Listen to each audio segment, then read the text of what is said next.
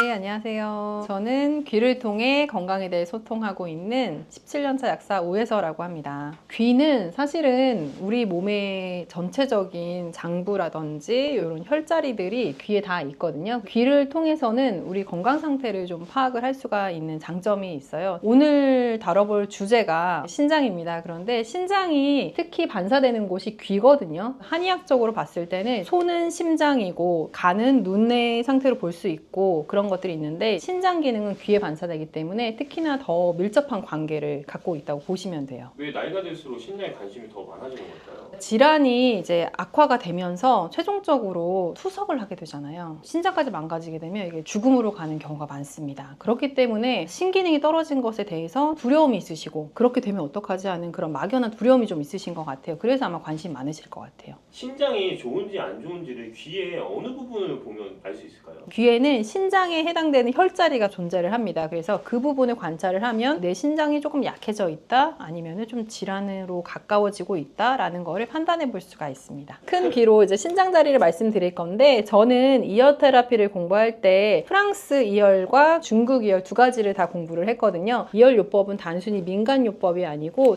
WHO에서 인정을 해준 대체 요법입니다. 귀에서 신장에 해당되는 자리를 설명을 해드릴게요. 중국 이열과 프랑스 이열 두 가지를 다 설명을 해드릴게요. 프랑스 이열 혈자리에서 신장에 해당되는 부분은 귓바퀴 안쪽에 있습니다. 그래서 이 안쪽 부분에 신장 자리가 있거든요. 신장과 수뇨관, 그다음에 방광이라든지 이런 자리들이 이 안쪽에 있어서 이쪽이 부어 있는다든지 아니면 붉어져 있다 아니면 착색이 되어 있다 이런 반응들이 있다고 하면 신장이 약해졌다고 볼 수 있고요. 중국에서 말하는 신장 자리가 또 있는데요. 그 자리는 허리 밑쪽에 있습니다. 우리가 신장이 어디에 있죠? 허리의 뒤쪽으로 손을 짚었을 때 손바닥이 닿는 자리가 신장 자리예요. 허리쯤에 신장이 있는데 여기가 허리에 해당되는 자리인데 그 밑에 여기에 신장 자리가 있습니다. 그래서 여기나 이쪽에 반응이 있을 때 신장이 약해졌구나를 볼 수 있습니다. 귀에 나타나는 반응은 한 6가지 정도가 있는데요. 첫 번째는 변형이 있고요. 그 다음에 남자분들 같은 경우에는 이쪽이 전립선 자리인데 여기 이렇게 눌려있는 반응이 있으면 전립선 기능이 약할 수가 있어요. 그런 것들을 변형으로 볼 수 있고 그 다음에 전체적인 귀 색깔, 붉어졌거나 검거나 아니면은 하얗게 창백해진 귀 색깔, 변색이 된 귀 색깔입니다. 그러면 이상적인 귀의 색깔은 어떤 색깔이 있었을 때 좋을까요? 유백색, 핑크빛이 도는 살색 그런 귀 색깔을 갖고 있으면 건강한 귀 색깔이라고 볼 수 있습니다.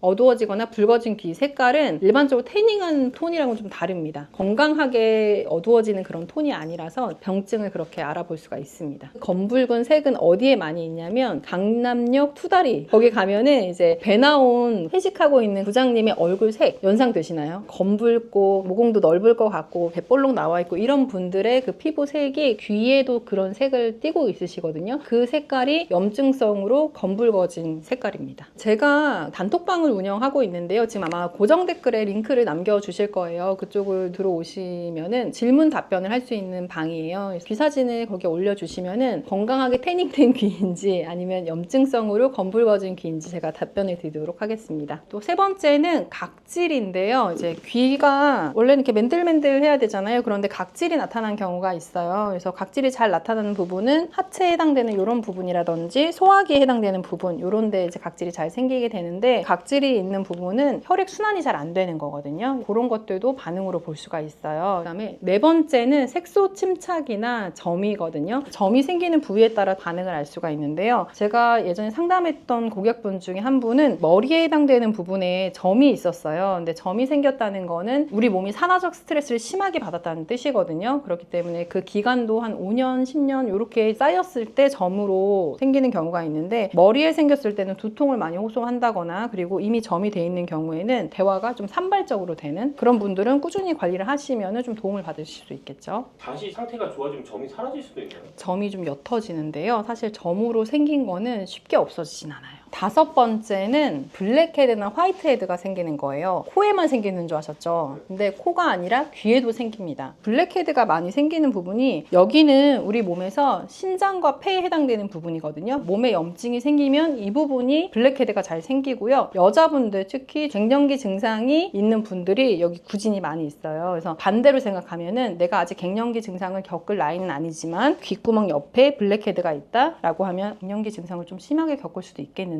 라고 유추해 볼 수도 있습니다.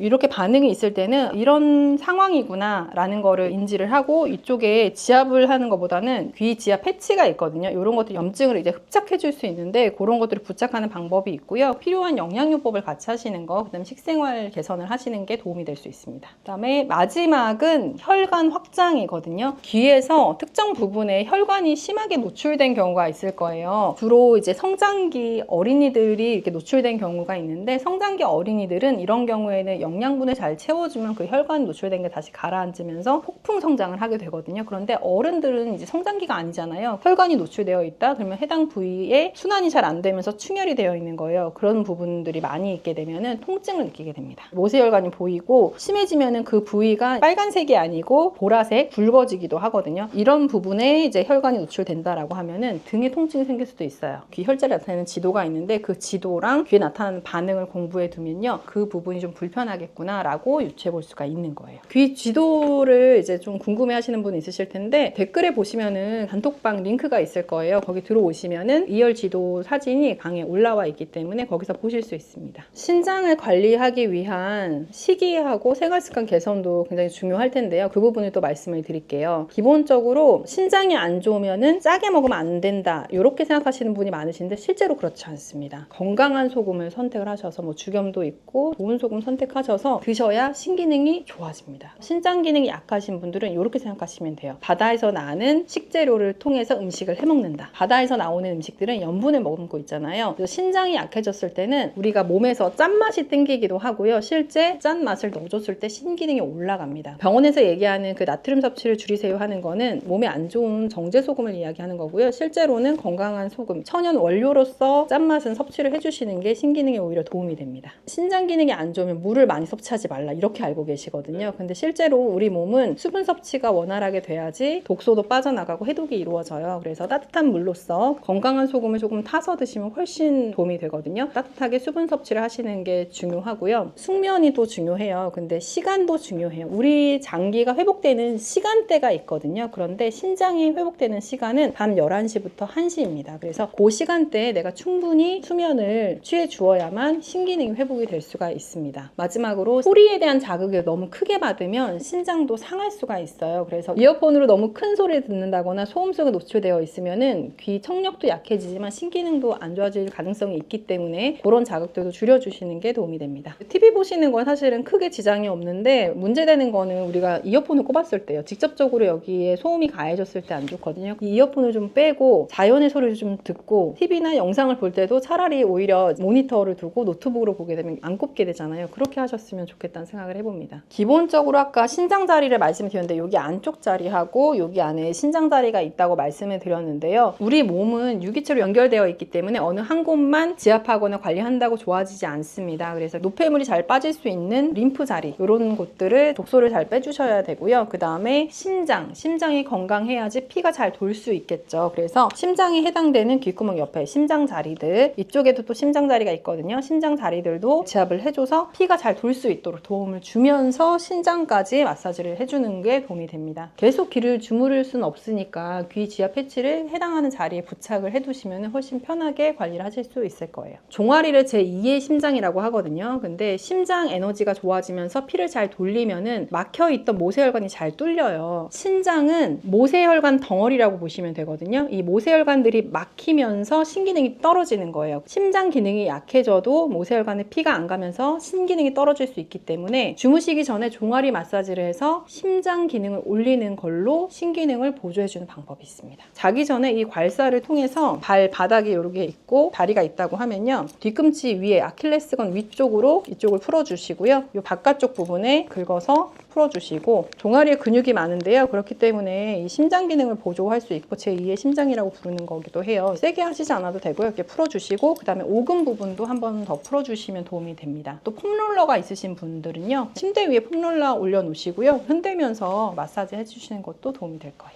빈 모양으로 만든 것은요, 그 근육의 그 미세한 부분까지 자극을 해줄 수 있도록 하기 위해서 만든 거고요. 다른 괄사들은 조금 더 세게 지압을 해야 효과를 볼 수 있는데, 이거는 원료 자체가 이제 항산화 미네랄이 들어있어요. 그래서 조금 오버해서 얘기하면 세게 하지 않아도 닿기만 해도 통증이 좀 풀려요. 요건 한번 경험해 보시면 좋을 것 같아요. 그래서 필요하신 분들은 구매할 수 있는 링크 달아두도록 하겠습니다. 샀는데 어떻게 활용해야 되는지 몰라서 고민이실 수 있을 것 같아요. 그러면은 영상 보시는 분들에 한해서 채널 통해서 이제 구매했다라고 말씀을 해주시면은 그분들은 제가 초대를 해서 직접 어떻게 사용하면 되는지를 지금 촬영하고 있는 이곳 한남동 카페 골목에서 클래스를 제가 진행해 드리도록 하겠습니다. 물론 무료입니다. 오늘은 신장에 관련된 귀의 반응과 어느 부분을 지압하면 되는지를 좀 알아봤는데요. 신장 관리를 위해서 식생활 습관 어떻게 하면 되는지를 좀 말씀드렸어요. 앞으로 신장 외에도 근본 치유를 할 수 있는 방법에 대해서 많이 알려드리도록 하겠습니다.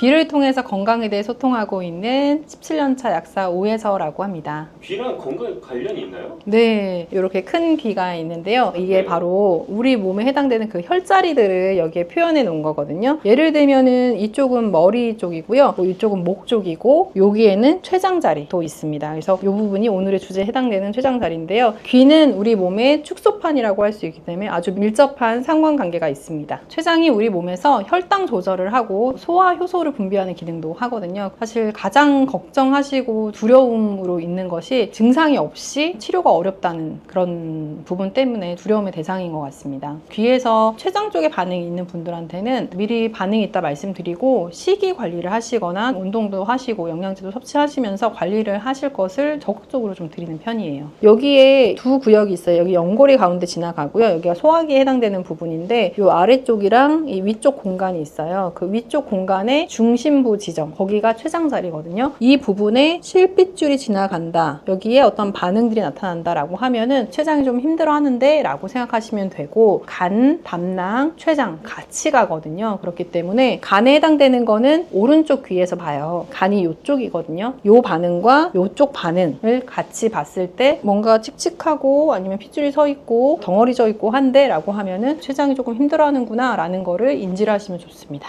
귀의 반응은 몸의 신호를 앞서거든요. 저 아직 그런 증상 없는데요 하는 분들이 꽤 있으세요. 그런데 얼마 지나고 나서 사실은 이런 증상이 지금 나타났다. 너무 신기하다 이런 말씀 해주시거든요. 근데 현재 증상은 느끼고 있지 않지만 귀의 반응이 나타난다고 하면 이 부분 내가 조금 조심해서 관리를 해야겠구나 라고 생각하시면 좋을 것 같아요. 본인은 현재 증상이 없더라도 이제 가족 중에 췌장이 안 좋으셨던 분이나 췌장암 가족력이 있으신 분들은 내 귀 상태는 어떤지 조금 궁금해 하실 수도 있을 것 같아요. 개인 상담하는 프로그램을 진행을 하고 있거든요. 그래서 궁금하신 분들은 상담을 하러 오시면은 자세하게 상담을 해드리도록 하겠습니다. 단톡방 들어오시면은 프로그램 안내라든지 아니면은 궁금하신 점 이제 Q&A 할 수 있는 공간으로 제가 운영을 하고 있거든요. 그래서 그쪽 들어오셔서 문의해 주셔도 됩니다. 췌장에 좋은 식습관이라고 하면은 제일 중요한 거 한 가지를 말씀드릴게요. 과식하거나 폭식하시는 습관을 반드시 고치셔야 됩니다. 만성 췌장염에서 췌장암으로 넘어가는 경우도 상당히 많거든요. 근데 그런 분들을 보면은 굶었다 확 많이 먹고 이런 경우가 많아요. 이렇게 되게 되면은 췌장 기능이 망가지게 됩니다. 과도하게 효소를 많이 분비를 해야지 소화를 시킬 수 있잖아요. 그러면서 췌장 기능이 약해지게 되고요. 또 기름진 식사를 많이 하시는 분들 췌장 기능이 약해질 수 있기 때문에 이런 것들을 좀 피해 주시면 좋습니다. 만약에 췌장 기능이 약해졌다라고 하면은 췌장 부분이 어디인지 그리고 간 부분 이렇게 말씀을 드렸잖아요. 그 부분을 시술을 해주시면 되는데 간이 안 좋을 때 간자리하고 췌장 안 좋을 때 췌장자리하고 이렇게 생각하시면 안 되고, 췌장이라는 곳은 어떤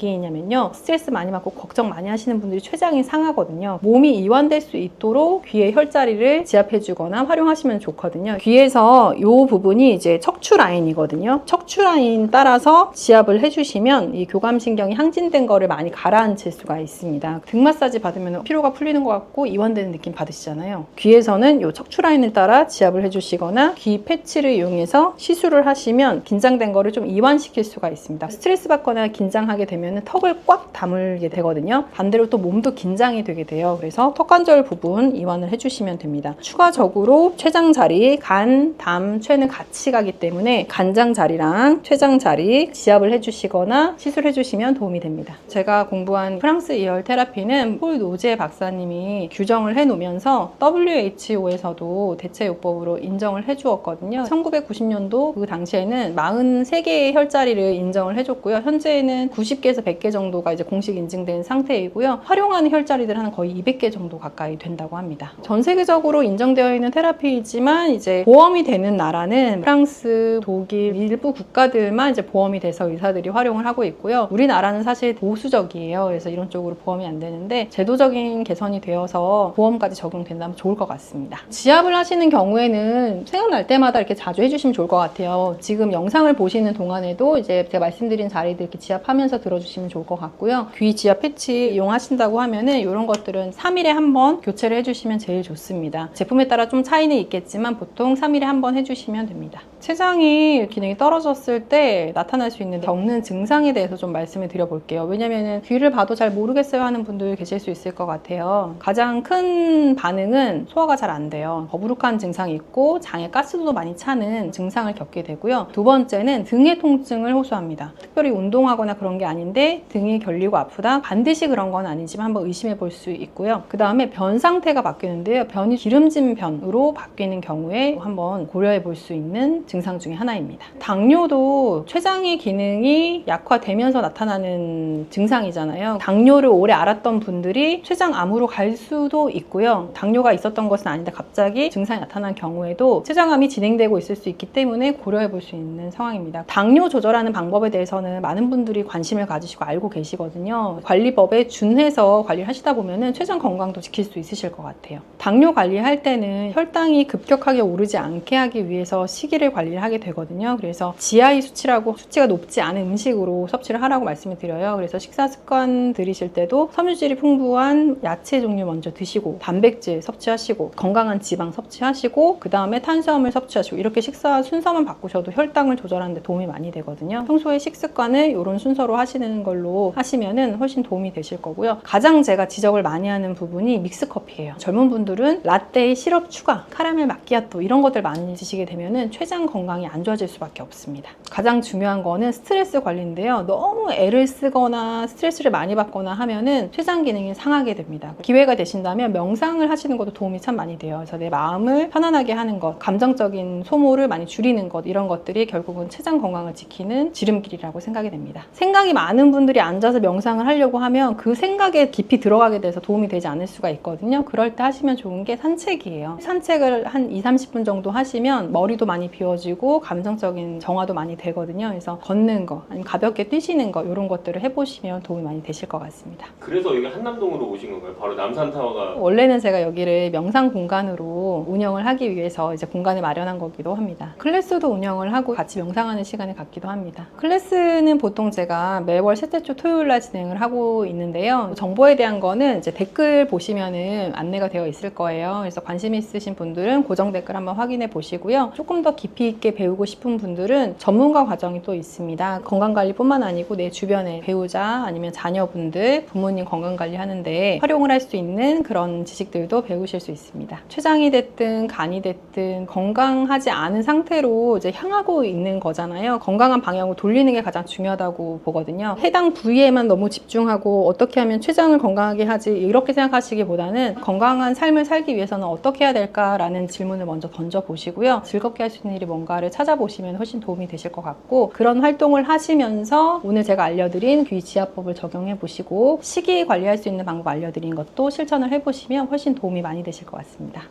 네, 안녕하세요. 반갑습니다. 오이를 많이 드시는 것 같아요, 사람들이. 아, 더우니까 사실 오이만한 게 없거든요. 그 등산 갈 때 꼭 오이를 꼭 챙겨가요. 아, 그쵸. 수분 보충. 그 오이에 대한 효능을 좀 많이 궁금해하세요. 오이요. 네. 대표적인 다이어트. 오이 자체는 중량 대비 칼로리가 엄청 낮아요. 수분이 많은 채소이기 때문에 그리고 당도 거의 함유되어 있지 않고요. 섬유소 들어있고 수분이 대부분 그리고 다른 것들이 다 비타민 C 같은 걸로 채워져 있어서 오이 다이어트 하시는 분들 꽤 많을 텐데 여름에. 그 오이에 대해서 네. 그 피부 건강, 해독에도 좋다는 얘기가 있어요. 아, 사실은 수분을 충분히 섭취하는 게 해독에는 굉장히 중요한데 맹물을 먹으라 그러면 많이 못 먹어요. 그런데 오이를 좋아하시고 사랑하시는 분들한테 오이를 뭐 하루에 2개 드세요? 3개 드세요? 어렵지 않게 드시거든요. 그러면서 수분을 또 충분히 받아들이게 되기도 하고 그럼 자연스럽게 해독 효과, 뭐 붓기를 빼는 효과 같이 나타날 수 있죠. 다이어트로 연결되기도 하고요. 그러면 오이의 대표적인 효능 5가지만 좀 찍어서 얘기해 주세요. 5가지. 일단 붓기 제거. 왜 붓기 제거인가요? 충분한 수분. 아, 충분한 수분 때문에? 네, 그게 되게 중요해요. 그래서 뭔가 내가 뭐 물을 많이 마시라고 하는데 좀 맹물 먹기 힘들어요 하시는 분들 각자의 방법이 있으실 거예요. 예를 들면 뭐 레몬수를 드시는 분도 계실 테고 보리차를 생수 대신 드시는 분도 계시고 다양할 텐데 오이를 드셔도 돼요. 굉장히 충분한 수분을 공급받을 수 있는 채소에 해당해요. 그래서 붓기 제거 일단 중요하고요. 수분 공급에서 따라 나오는 해독작용, 해독작용. 뭐 거기에서부터 연결되는 다이어트. 그게 3대 효과라고 생각하는데요. 그리고 만약에 오이 껍질을 깨끗하게 세척해가지고 드실 수 있다면 오이 껍질은 속보다 섬유소가 훨씬 많거든요. 그래서 섬유소도 같이 먹을 수 있고 그럼 당연히 장 건강에도 도움이 되겠죠. 레몬수랑 보리차도 이렇게 비교를 해주셨어요. 네. 근데 제가 듣기로는 레몬수도 다이어트에 효능이 그렇게 좋다고 들었었는데 오이랑 레몬수를 비교했을 때는 어느 게 좀 더 좋다고 볼 수 있을까요? 그런 비교하는 질문 많이 물어보시는데 그게 제가 레몬수가 좋다, 뭐 오이가 좋다라고 사실은 딱 대답할 수는 없고요. 이거는 그렇게 생각하시면 돼요. 우리나라 사람들이 요즘 오이에 대해 불호인 분들이 많으세요. 꽤 오이 안 드시는 분들은 뭐 토마토도 안 드시고 수박도 안 드시고 이제 그런 경우가 많은데 오이 안 드시는 분들한테는 당연히 오이 먹으라 그래서 효과가 없겠죠? 그럼 본인의 방법을 찾는 거죠. 근데 나는 뭐 위장이 안 좋아, 위가 좀 예민하고 불편해 하시는 분들은 또 레몬수가 괜히 자극적일 수 있죠. 그래서 나한테 맞는 걸 찾아가시는 게 중요한 거죠.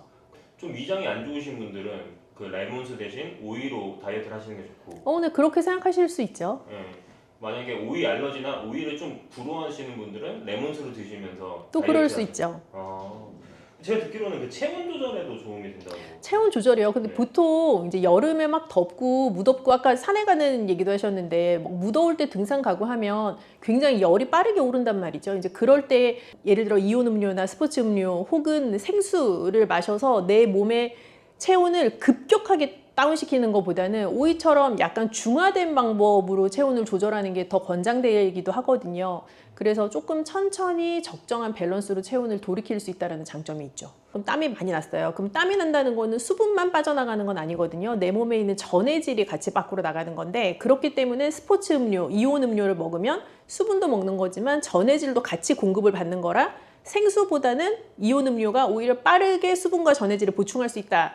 라고들 알고 계시고 그거는 맞는 말이긴 해요. 그런데 내가 굉장히 막 머리 끝까지 열이 오른 상태인데 정말 막 이가 시리고 차가울 만큼의 그 음료를 벌컥벌컥 마셔서 내 속은 굉장히 빨리 차가워지고 내 밖에는 아직 열이 남아있는 상태보다 내가 그냥 천천히 씹어 먹으면서 내부의 열을 같이 중화시켜 내보낼 수 있는 오이 같은 방법이 조금 더 안전한 방법일 수 있는 거죠. 나이가 들수록 더 그렇고요.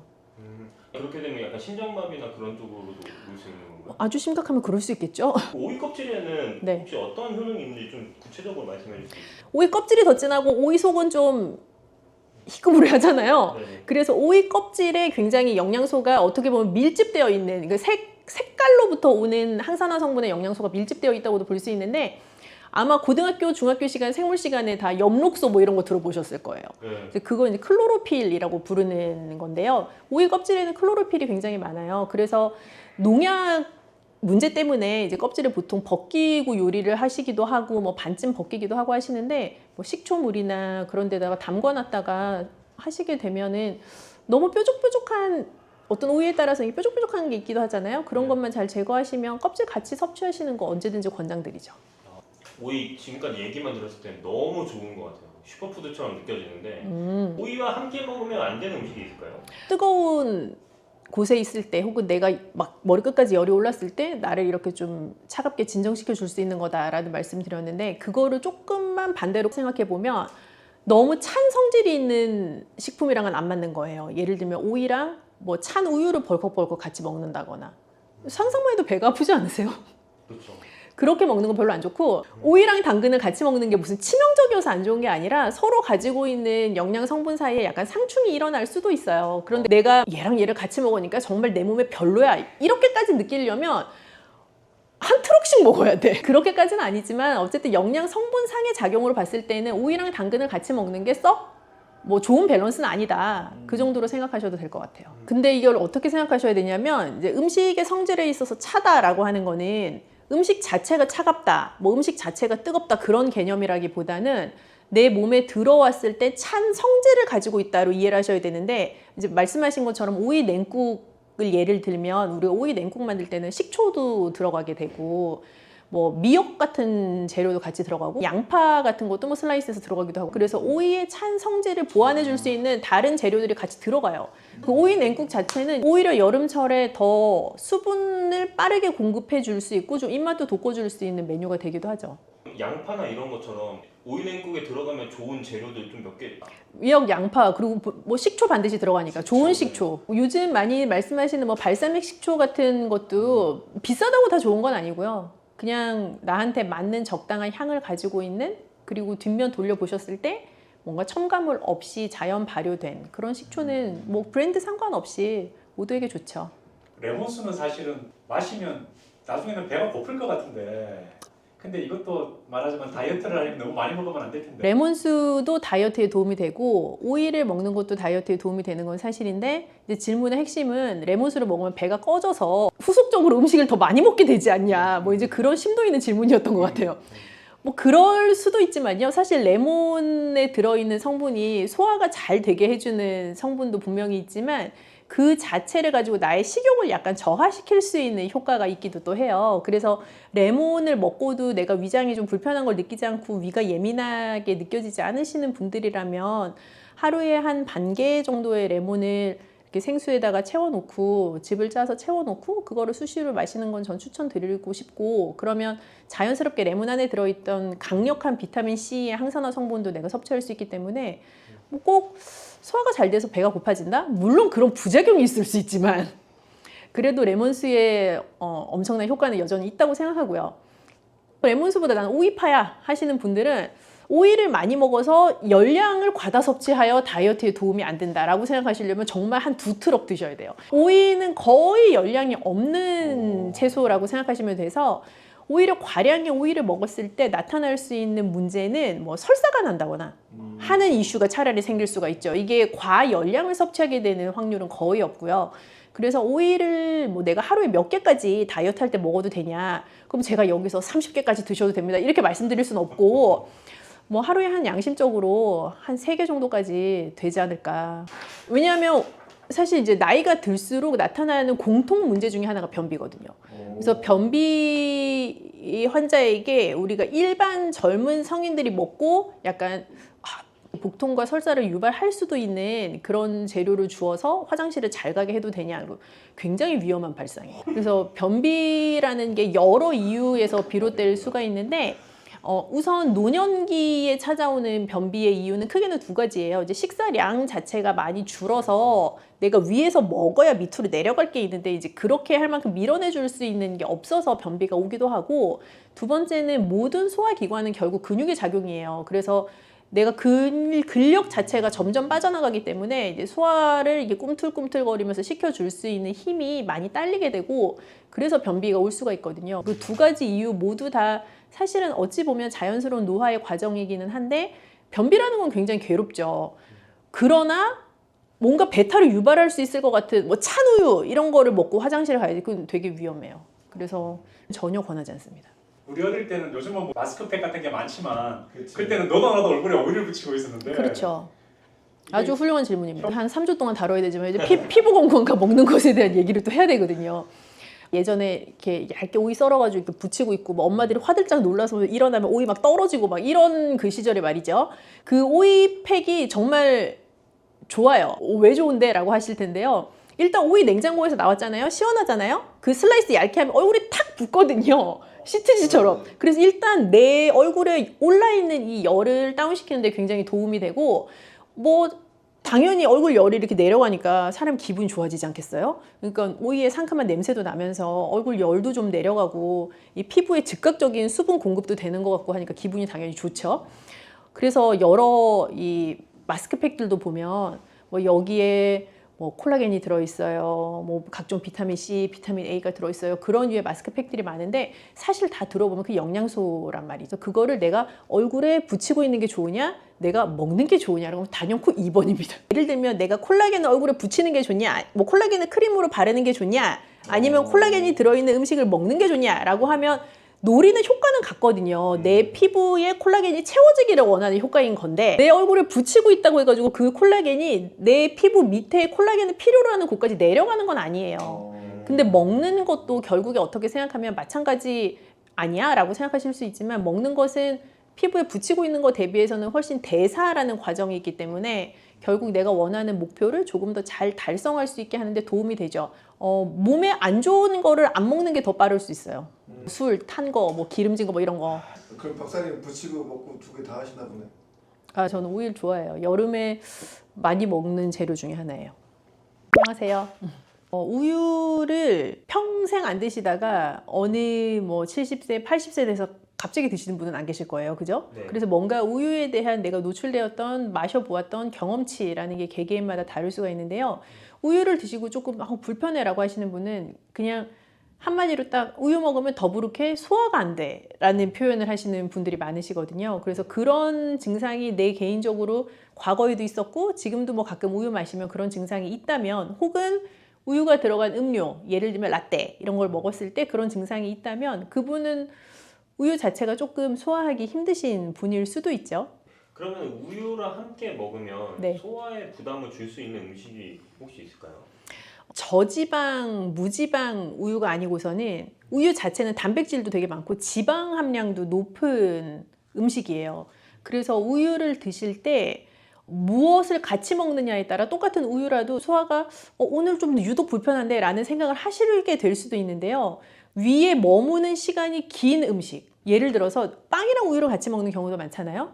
근데 뭐 소화 기능도 이렇게 딱 썩 훌륭하지 않은 분인데 통곡물에 막 탄수화물 밀집적으로 들어있는 그런 빵이랑 우유를 같이 드시면 그 빵 자체가 위에 머무는 시간이 길단 말이죠. 그렇게 우유랑 드시게 되면 조금 힘들 수가 있어요. 그래서 지방이 너무 높은 음식도 우유랑 같이 드시면 위에서 부담이 갈 수 있고요. 단백질 함량이 너무 높은 음식도 우유랑 같이 드시면 힘들 수 있어요. 그러면 고기랑은 절대 안 어울릴 수도 있겠네요. 그렇게 생각하셔도 되죠. 우유랑 고기를 동시에 드시는 거는 소화기관 위 입장에서는 부담이 되죠. 그 부담을 줄 수 있는 것 중에 하나가 좀 가스가 찼을 때도 그럴 수 있잖아요. 그쵸. 가스가 찬다 하면 사실 이제 위의 문제라기보다는 장애 이슈인 경우가 더 많은데요. 위는 내가 음식을 입으로 섭취해서 식도를 따라 넘기고 나면 첫 번째로 만나는 소화기관이 이제 위의 역할은 강력한 위산을 분비를 해서 단백질을 소화시켜 나가는 게 이제 위의 본연의 기능이에요.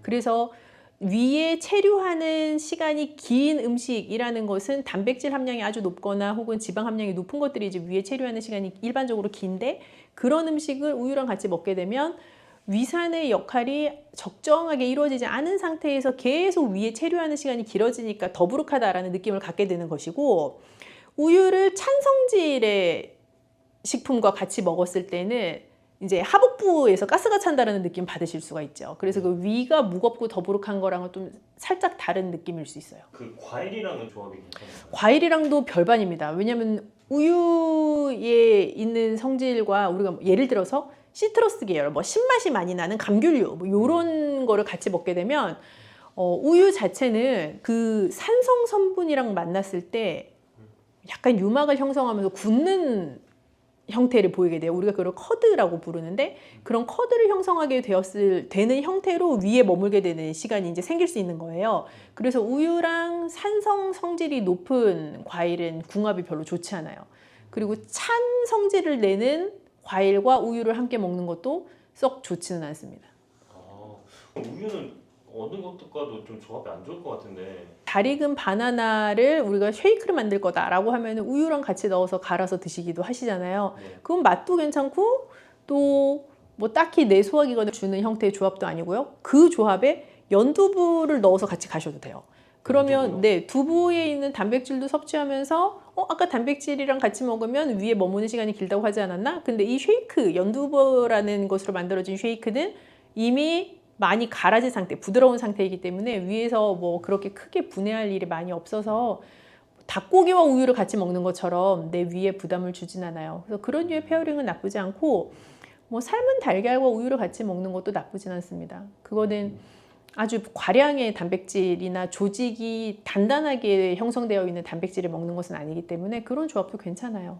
그리고 보통 아침에 좀 네. 뭐 먹을 때 보면은 토스트, 계란 이렇게 해가지고 우유랑 같이 먹는 경우도 있잖아요. 근데 이제 흰빵을 토스트해서 드시는 경우가 이제 많으실 것 같은데 이제 그런 흰 식빵 같은 경우는 탄수화물이 아주 밀도 있게 들어있는 예를 들어 호밀빵 같은 거랑은 또 조금 달라요. 그래서 그거는 위 내에서 좀 부드럽게 넘어갈 수 있는 조직감이기 때문에 우유랑 같이 드셔도 크게 본인이 부담을 느끼지 않는다면 괜찮고요. 조직감이 아주 빡빡한 그런 빵이랑 우유를 아침에 드시게 되면 조금 부대낀다라는 생각이 드실 수 있죠. 보통 우유를 먹을 때 그 상식적으로 매운 음식 먹을 때도 우유를 좀 같이 먹잖아요. 자극적인 조합이죠.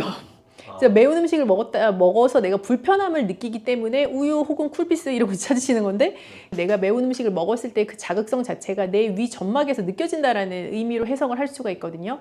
그럴 때 이제 우유를 먹게 되면 약간 산성기를 중화시켜주는 형태이기 때문에 편안함을 느끼실 수 있지만 한편으로는 뭐랄까요, 상처 난 거를 또 다른 걸로 덮는 형태이기도 한 거예요. 그래서 실제 소화의 과정에 있어서는 조금 부담을 가중시키는 행위일 수도 있어요. 근데 이것도 매운 것에 대해서 견디는 역치 자체도 개인차가 있는 것처럼 매운 거 뒤에 우유를 먹었어.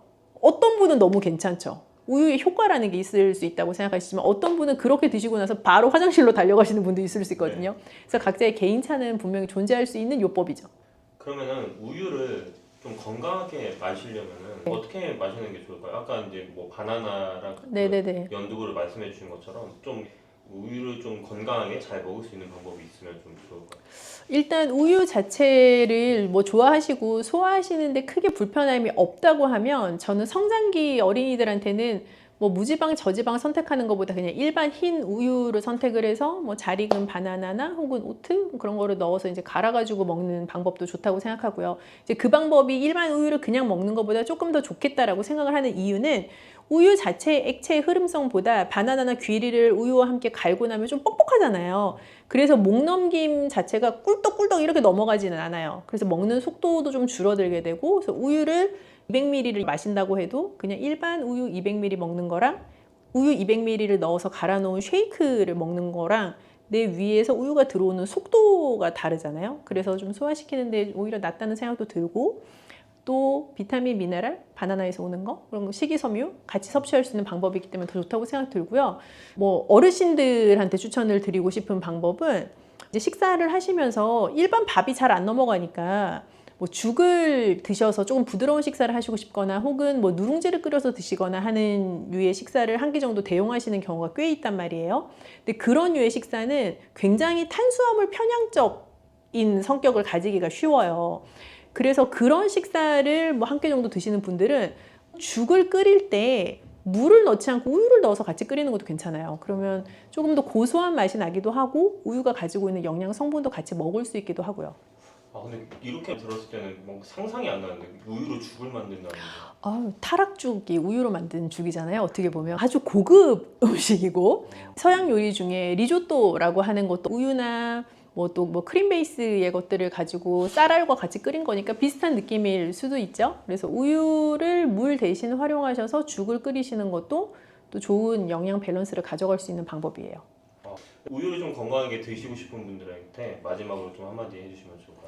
뭐 우유를 내가 여태까지 먹으면서 속 불편함 별로 없이 그냥 편안하게 즐기신 분들은 너무 차가운 우유를 공복에 드시는 극단적인 섭취 방법을 제외하고는 그냥 편하게 드셔도 좋을 것 같아요. 그런데 성장기 어린이들에게는 무지방, 저지방보다 일반 우유가 낫다라는 거는 저의 권고사항이고 반대로 생각하면 점점 나이가 들어갈수록 저지방 우유 선택하시거나 무지방 우유 선택하시는 것도 하나의 방법일 수 있죠. 우유 먹으면 계속 배가 아파라는 증상을 여태까지 경험하셨던 분이라면 유당불내증이라는 증상을 가지고 계실 수가 있는데 그 유당불내증을 가지고 계시다면 요즘은 그 락토즈 프리 우유들도 있어요. 그래서 락토 프리 우유 같은 거를 선택하셔서 드시는 것도 또 우유의 맛과 영양 성분을 즐기면서 배 아픈 것은 조금 줄여줄 수 있는 방법이 될 수 있죠.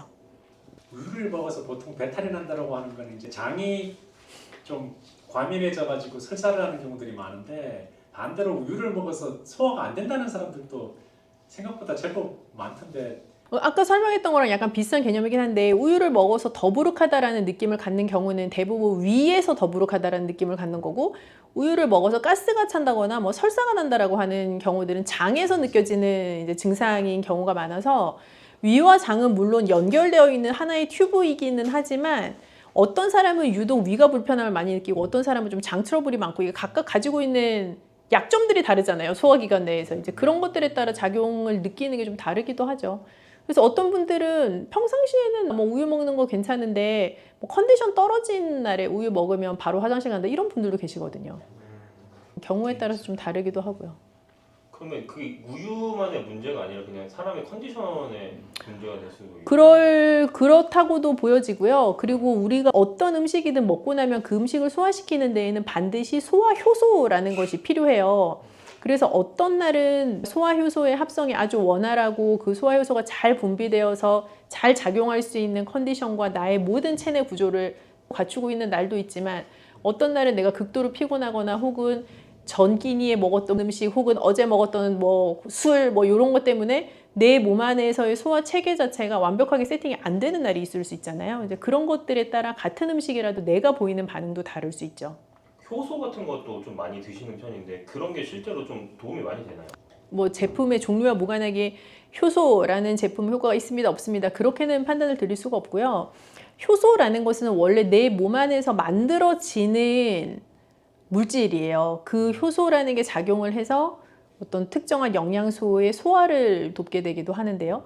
나이가 들수록 노화의 과정에 있으니까 젊었을 때만큼 효소가 만들어지고 분비되는 속도나 어떤 액션 자체가 아주 원활하다고는 볼 수는 없겠죠. 이제 그렇다 보니 밖에서 그 효소라는 것을 먹어서 내 몸 안에서 일어나는 일을 대체할 수 있는가의 문제인 건데 원 재료를 가지고 만들어진 제품이냐 그리고 그 효소의 활성 자체가 체내에서 어떻게 되느냐에 따라서 굉장히 다른 얘기이기도 하고요. 한편으로는 똑같은 제품을 먹어도 저 사람과 나의 효과가 다를 수 있어요. 특정한 제품이 모든 사람에게 동일한 긍정적인 목표하는 효과를 내는 것은 아니다라는 얘기로도 생각해 볼 수 있고요. 도움이 될 수도 있고 안 될 수도 있다라는. 맞아요. 네. 효소 같은 거를 먹으면 안 되는 체질이나 막 그런 게 존재할까요? 그런 거? 뭐 그렇다기보다는 어떤 분들은 이거 먹으면 좀 더 소화가 잘 되는 것 같고 뭐 좀 더부룩함도 줄어드는 것 같고 그게 위약 효과라고 하는 플라시보 효과일 수도 있고요. 또 진짜로 그런 효과를 경험을 하시는 분들이 있을 수도 있고요. 뭐 특별한 뭐 어떤 체질에 따라 결정되는 거라기보다는 각자의 몸이 받아들이는 정도 혹은 섭취하고 계시는 그 제품의 실질적인 효능에 대한 문제인 것 같아요.